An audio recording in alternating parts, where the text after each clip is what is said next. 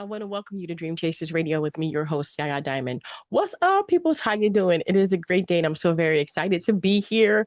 We have a documentary for you today, and I wanted to go ahead and talk about this a little bit. And I wanted to get with you guys on this documentary. It is something special to me. It's a trace. It's a lineage. It's not recorded. It's an adventure. It's wonderful, really. And I want to talk to you guys about that. So before borders were drawn and before names were written into records, before people even thought about that, people moved. They moved. They moved everywhere. They moved all over the world. They moved country to country. There were ice bridges. They moved everywhere. Okay. And this was not even recorded. Okay. Not as a conquest, though. Not like I'm going to conquer this land. No, as survival. Like literally, they had to move. If they didn't, they would die. Put that in your brain, okay? So this story is not about a single origin or a single people. It's about lines of movement, ancestral paths carried through memory, language, and blood, okay? From Middle East to Europe, from settlement to diaspora, these histories were not always recorded, but they were lived. What you're about to hear is not a conclusion, but what it is a listening. There are moments in ancestral research that feel like discovery, and then there are moments that feel like recognition. This is one of those moments. As I've been learning more about my ancestry, one particular thread has come into clearer focus. A Romani ancestral thread woven through both maternal and paternal lines. What I want to share here is not an identity claim. It's a story of movement, survival, and connection, held with care. I want to say this clearly at the beginning. This reflection is not about claiming Romani cultural identity. It is not about speaking for living communities. And it is not about romanticizing hardship. It is about acknowledging ancestral presence and honoring it responsibly. On my paternal side, one lineage stands out strongly, a haplogroup known as H1-M82. This lineage originates in South Asia and is carried by a large percentage of Romani men across Europe. It is one of the primary genetic markers used by researchers to trace Romani migration from South Asia into Europe. Alongside this, another paternal lineage appears, E-13, a major Balkan haplogroup. This reflects Romani settlement, movement, and integration through the Balkans before wider dispersal across Europe. My maternal lines also reflect Romani population history.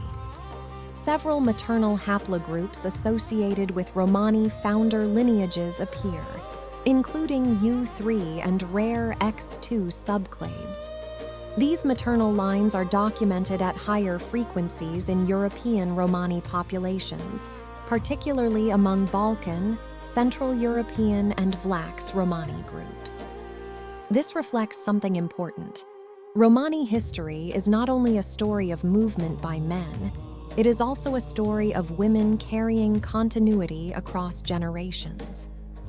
One question that naturally arises is this: where do South Indian or Dravidian signals, including Tamil ancestry, fit into this picture? The answer is simpler than it might seem. Romani origins trace back to South Asia, and South Asia has always been internally diverse. Romani ancestors did not come from a single village, region, or group. They emerged from multiple South Asian population streams, which later moved together.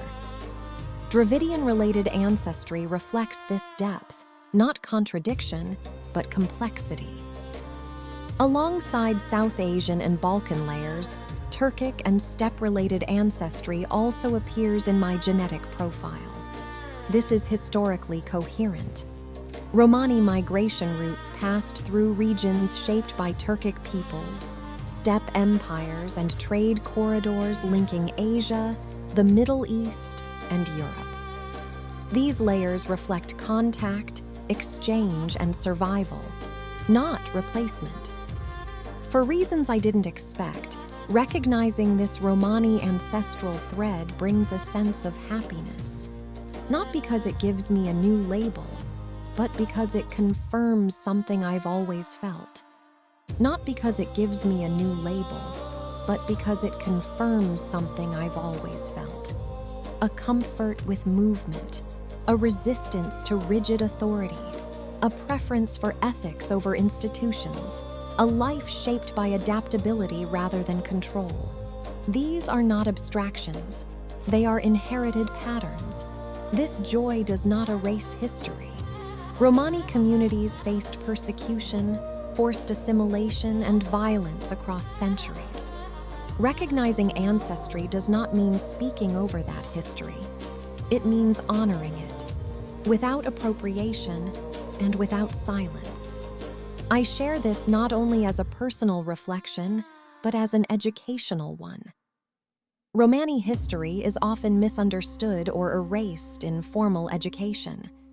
Genetics, when used carefully, can help restore complexity, showing that European history has always been mobile, layered, and shared. To be a keeper of the ancestral flame is not to claim ownership of the past. It is to carry memory with responsibility. This Romani ancestral thread does not define who I am, but it helps explain how I move through the world. My ancestry is not linear. It is braided, South Asian, Balkan, European, and steppe-shaped, a story of movement, survival, and continuity. Remembering this doesn't change who I am. It helps me understand why I've always known how to walk between worlds.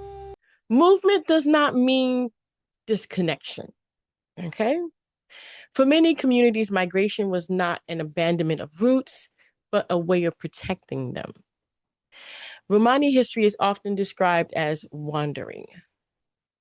Yet that word hides intention, adaptation, and continuity.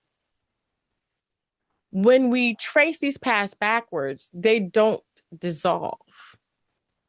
They converge into older regions and older cultures and older ways of understanding the world. To move forward in this history, we must look deeper. Let's do that. This is one of the hardest truths I carry.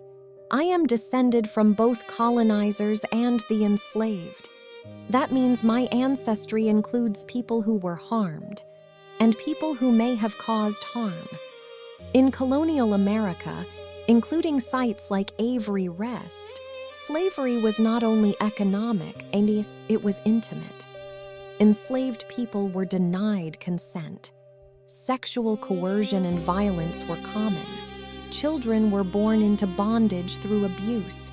To be descended from colonizers does not mean I approve of their actions.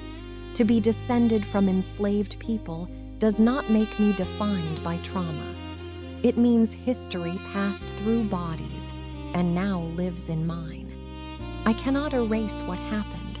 I cannot justify it, and I will not deny it. But I also refuse to flatten human beings into monsters or saints. I carry responsibility, not guilt. Responsibility to tell the truth. Responsibility to honor those who survived. Responsibility to refuse repetition. From this ancestry, I learn, power corrupts when unchecked silence enables harm. Survival is not consent, and dignity persists even when denied. These lessons are not abstract. They shape how I live. This is why I believe these stories belong in education. Not to shame, but to mature us. A society that can hold complexity is harder to manipulate and more humane. I am here because of endurance and because of injustice. Both truths exist, and honoring both is how I choose to move forward. As I continue this journey of ancestry and memory, one truth has become increasingly clear. My roots run deep in the Middle East, not as a single story, not as a modern identity, but as ancient presence. When we talk about the Middle East, we're not talking about a point on a modern map.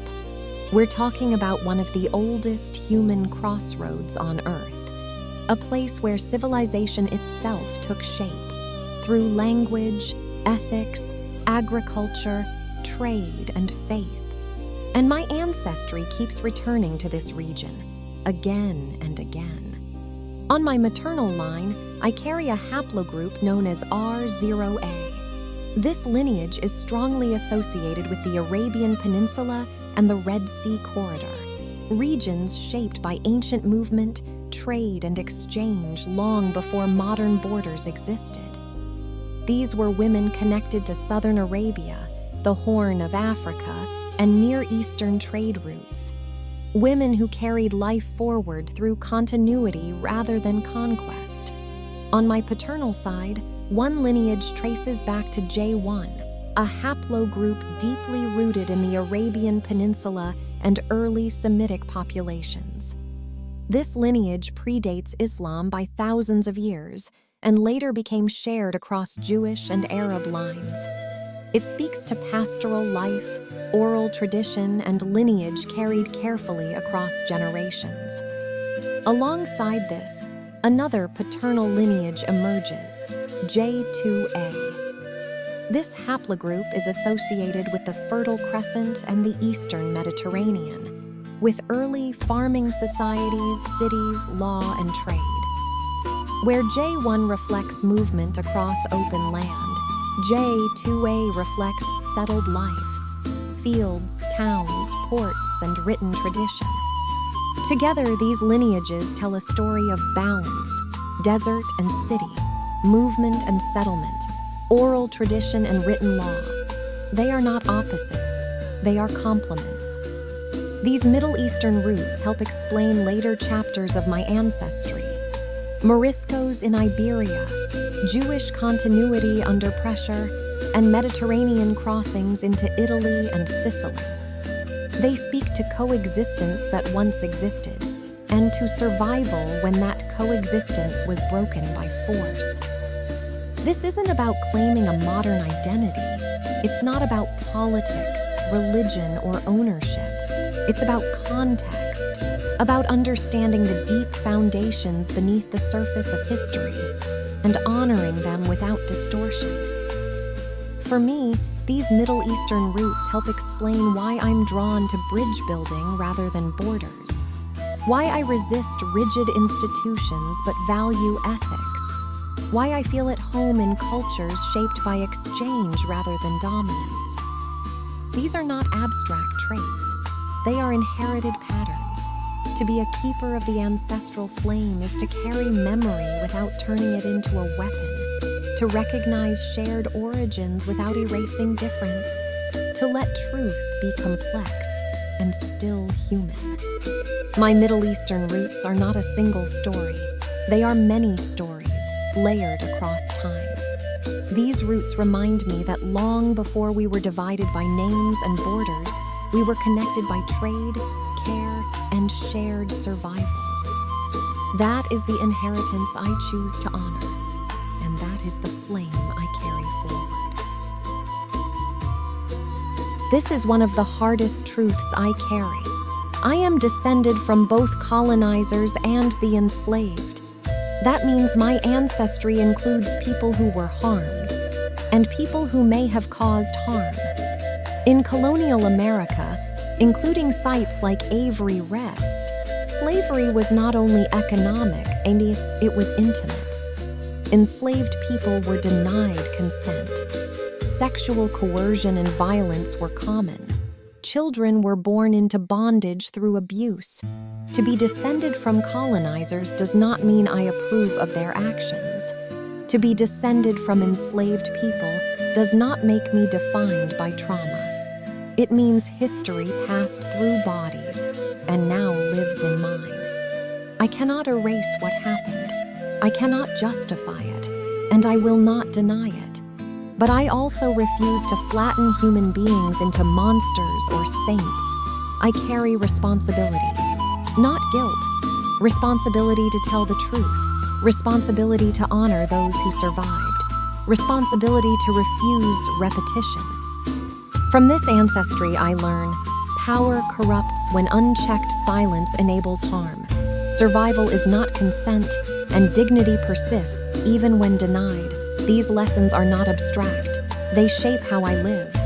This is why I believe these stories belong in education. Not to shame, but to mature us. A society that can hold complexity is harder to manipulate and more humane. I am here because of endurance and because of injustice. Both truths exist, and honoring both is how I choose to move forward. When we hear the word nobility, we often think of titles, castles, and power. But nobility, at its best, was meant to imply responsibility, not entitlement. In this segment, I want to reflect on my ancestral connections to Slavic nobility, not to claim status, but to ask a more meaningful question. What did they build, and what can still be learned from it? Slavic nobility across Central and Eastern Europe were not a single group. They included regional elites in places like Poland, Hungary, and surrounding borderlands, often shaped by shifting empires, invasions, and political instability. Their influence came not just from wealth, but from administration, defense, land stewardship, and cultural continuity. Many noble families contributed to early legal systems, protection of regional cultures, patronage of learning, faith, and art, stabilization of borderlands during turbulent periods. But these achievements existed alongside inequality and exclusion. Both truths matter. What interests me most is not rank, but stewardship. In societies without modern institutions, noble families often carried responsibility for land, people, and continuity. When that responsibility was honored, communities survived. When it wasn't, harm followed. Knowing I descend from people who once held power doesn't make me proud in a simple way. It makes me accountable. If privilege existed in my lineage, then the lesson isn't entitlement. It's responsibility without arrogance. As you can see, ancestry is not static, to say the least. It travels, it transforms, and it survives. Even when history refuses to name it, what remains is not just where people come from or where they came from, but what they carry, their belief, their resilience, and their memory. These stories are not relics of the past. They live in language, in ritual, and in the lives of their descendants today.